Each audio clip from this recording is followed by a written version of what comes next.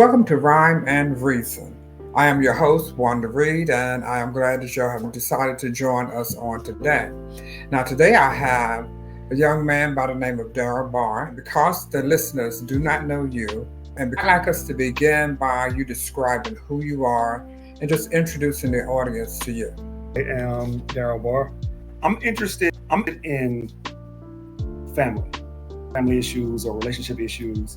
It's a must that families succeed, marriages succeed if you are attached to my life.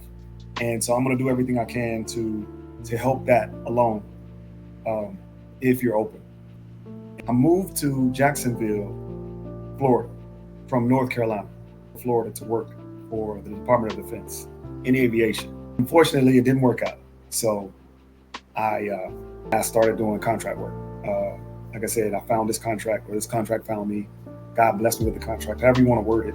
It's all God's provision. So, with that being said, and you have introduced yourself, my subject today will be navigating crossroads. And crossroads are those things that are pivotal in our life. There are those moments in our lives and when we must make a decision. So I would ask you, first of all, since you've already told us that you moved from North Carolina to Florida with a goal in mind, how did you reach the decision, first of all, to make that transition? Because certainly that would have been a crossroad. So my brother is, my oldest brother, he's in the Navy. An opportunity came across his desk, but you're gonna have to relocate. And I just rolled because, I'm one of those people that thinks that God provides sometimes when we don't understand what he's doing. And so it's like the opportunity sometimes is provision. And that's basically me. That's how I made my decision. How long did it take you to make that decision? About 2 days, 3 days. Now, to my brother, it didn't look like it took that. It seemed like it took like 3 weeks. That's because he wasn't so sure about all the details. And so I couldn't tell him yes to something I wasn't sure of. I don't know anything about. Maybe you could, maybe you could not. When you said yes, that you were relocating, and you said wait a minute, then you said you have been in Alabama, North Carolina, and relocating did not scare you. So at some point though, you say you couldn't say yes to everything, something you didn't know all about. Right. But did you? Well, were you trusting God? Because you were saying yes. You had said 2 days and you were saying yes. So you may have needed the additional details or wanted them, but ultimately that crossroad where you made that decision, where it was a blind faith that drove that. Now, crossroads and things like that, once we've made a decision, how did that decision, transitioning from North Carolina to Florida, how did it impact you? What was, or did it impact you, or did you, because you sound like it's daisies and roses, like you went in, hey, it was there and everything was fine. But I've never known crossroads to be quite that easy. I guess if I really think about it, one of the things that struck me, it was really abrupt, because after I made my decision, it was a little stressful because it's, the government. And so it's always hurry up and wait. I had to jump through so many hoops. And so that was stressful. Even though you said it was not a hard decision for you to say, well, I'm making this move. Were you leaving children behind? Were you leaving family behind? Did your family come with you? Were you leaving church behind? What were you leaving behind? Because crossroads, from what I gather, will require you to give up something. It's like a sacrifice of something to get something else. Or did you weigh it? How did you come to your conclusion once again? So, of course, my family is from Winston-Salem. And I'm not married, right? So there is a kid named Caleb that it broke his heart when I left. And I really didn't weigh that out. He's not my biological son. that was tough. That was hard. If there was anything that bothered me or ruffled my feathers, it was that. If there was any doubt that I made the right decision, that made me think that maybe I didn't make the right decision. Has that relationship changed for you? Yes, but not in a detrimental way. It's just different. You know, he's not a little kid no more. I imagine he might feel that I abandoned him. You know, he could feel like that. Now, will he admit it?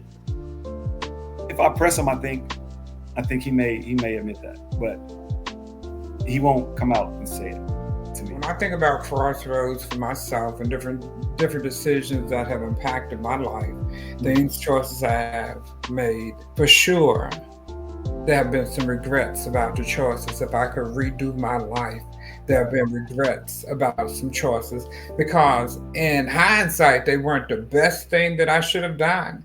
Right. But did I consult God? And sometimes I did, sometimes I did not. Sometimes I moved without permission. For me, when I have moved without permission, it creates a whole group of issues. Now, when I know I am moving in the permission of God, then I may go through some things, but I'm good. I'm good because I know that I have his permission. Or if I make a move, I know he said to do it. Right. You know what I'm saying? Because he said to do it. Anything the left, right, and anybody else has to say doesn't really matter.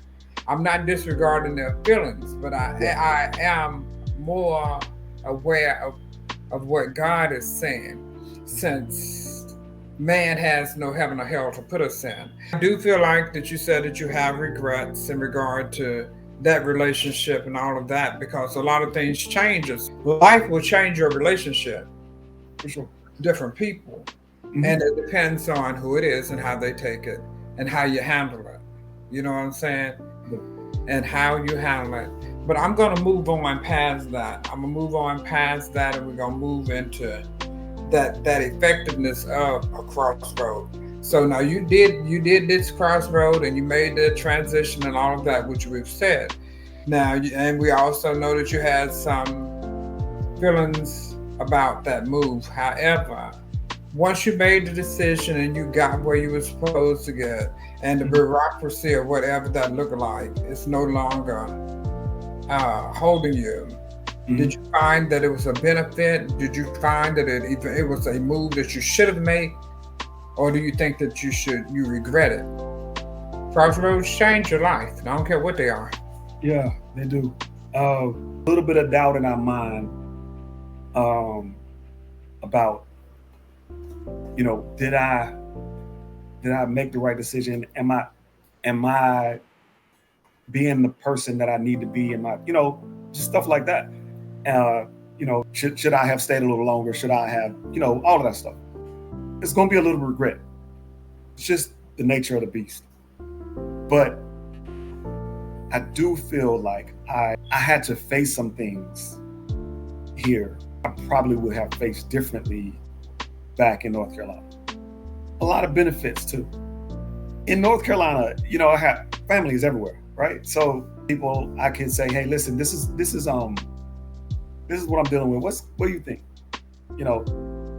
Here, I had to stand on my own.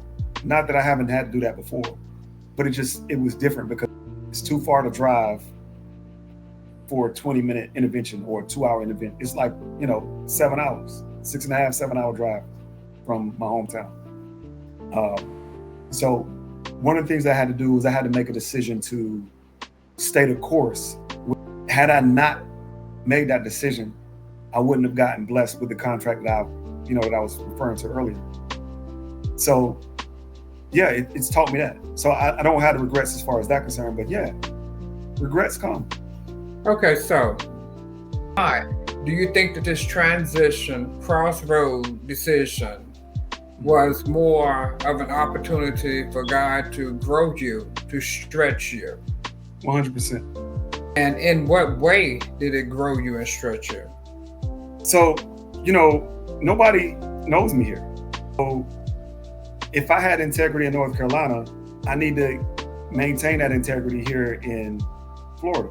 There was a lot of stuff that could have gotten into that I won't. If you look back, well, where do you see yourself now? Where do you see yourself going? I basically want to duplicate myself, right? And I want to help people. So if I can duplicate myself, that means somebody else will be, say they take my position, right? And so I go into another position and I'm doing that and I'm executing well there, and they're doing what I'm currently doing, executing well, and that puts food on their table. Okay. You know? And so in that way, that's my contribution. And so that's my plan. It's I just have to find trustworthy people. Absolutely. If you know that you can contribute and that is what you do well,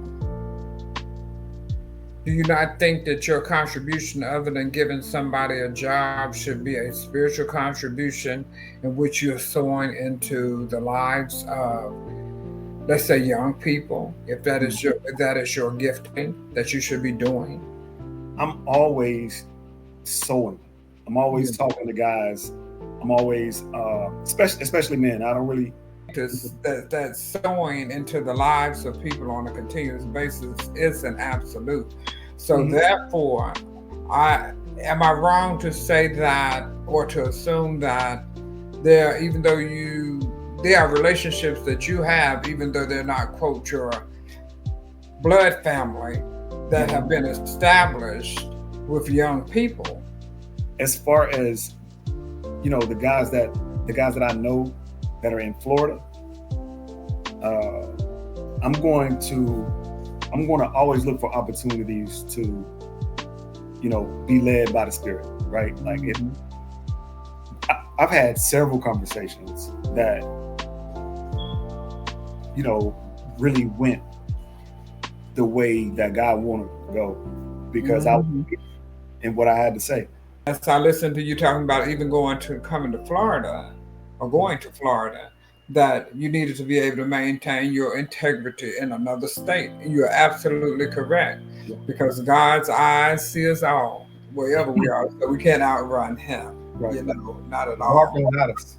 That's right. So, what role do you think self-awareness played in your ability to navigate the crossroads? I don't really share, my private life with people. I don't. Even my closest friends don't know everything. That's just how I am. So, there's I've had a lot of naysayers in my life, my whole entire life, and for no reason it felt like. And I'm talking close friends. And, I never really understood it. I still don't, to be honest. But I remember one day, a good friend of mine, I was walking from his house back to my parents' house. And he was like, "Hey man, you different. Like, you got a lot more confidence now." Now, that was literally when I had transitioned from, doing whatever I felt like doing to following God, to being a believer in Jesus, right? So I said, I just took note of that. Okay. So we talked about Crossroads, and of course, we talked about Crossroads to Florida. But all of us have our own story of a crossroad, right? Even before Florida. So we're talking about the Lord. We're talking about His relationship and your relationship with Him. Crossroads for you. What got you to your crossroad to accepting Christ in your life? What brought you there? How did you get there? So it was a lot of stuff going on in my life at that time. And it was literally a crossroad.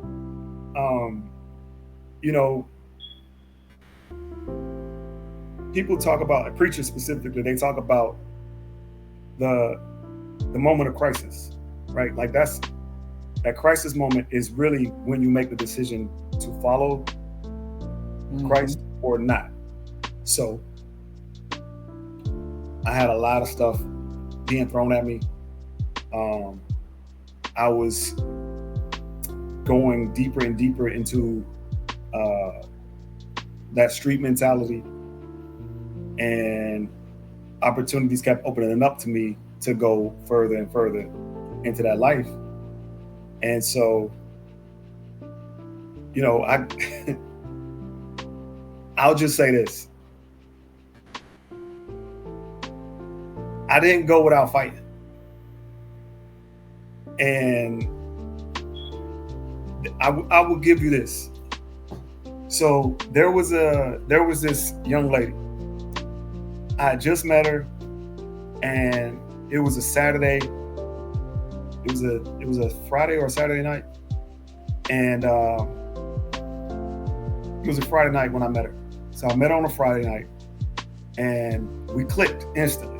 You know, it was just chemistry. And so I went back to see her Saturday, and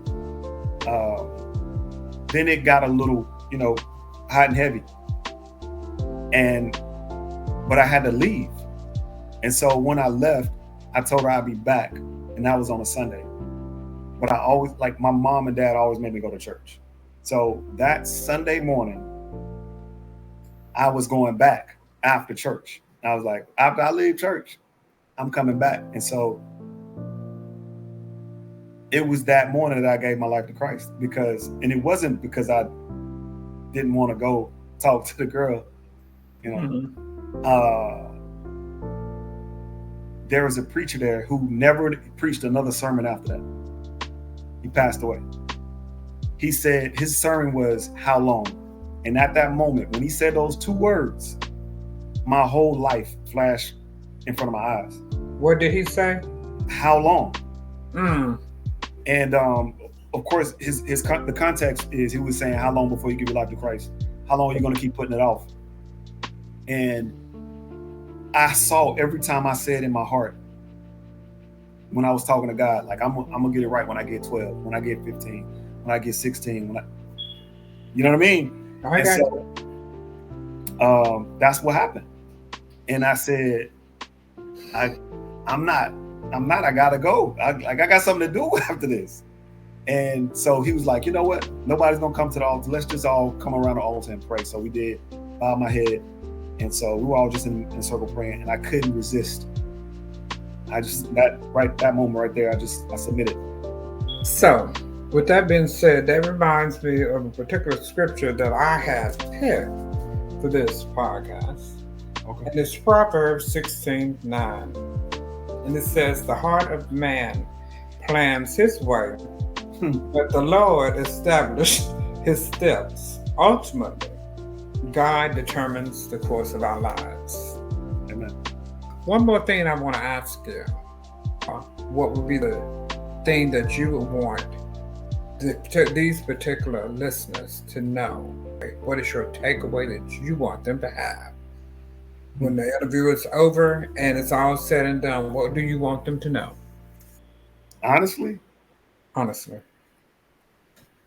you don't humble yourself to the point where you say, okay, I have no idea how to do, and you list it, whatever it is, and go find the people that do. That makes life so much easier. And if they're honest, they'll set you up with people that will help you if they can't help you. That's my takeaway. But how I would advise somebody to make a decision on a crossroads is to don't be scared to make a decision. You know, definitely pray about it. Definitely. And wait. Don't pray and go. Pray and wait. Because that's, like I said, that's the other side of it. Just not knowing what you're doing and just going out causing damage in other people's lives because you think or you feel or whatever. So So with that being said, I would just add on to that the accountability piece.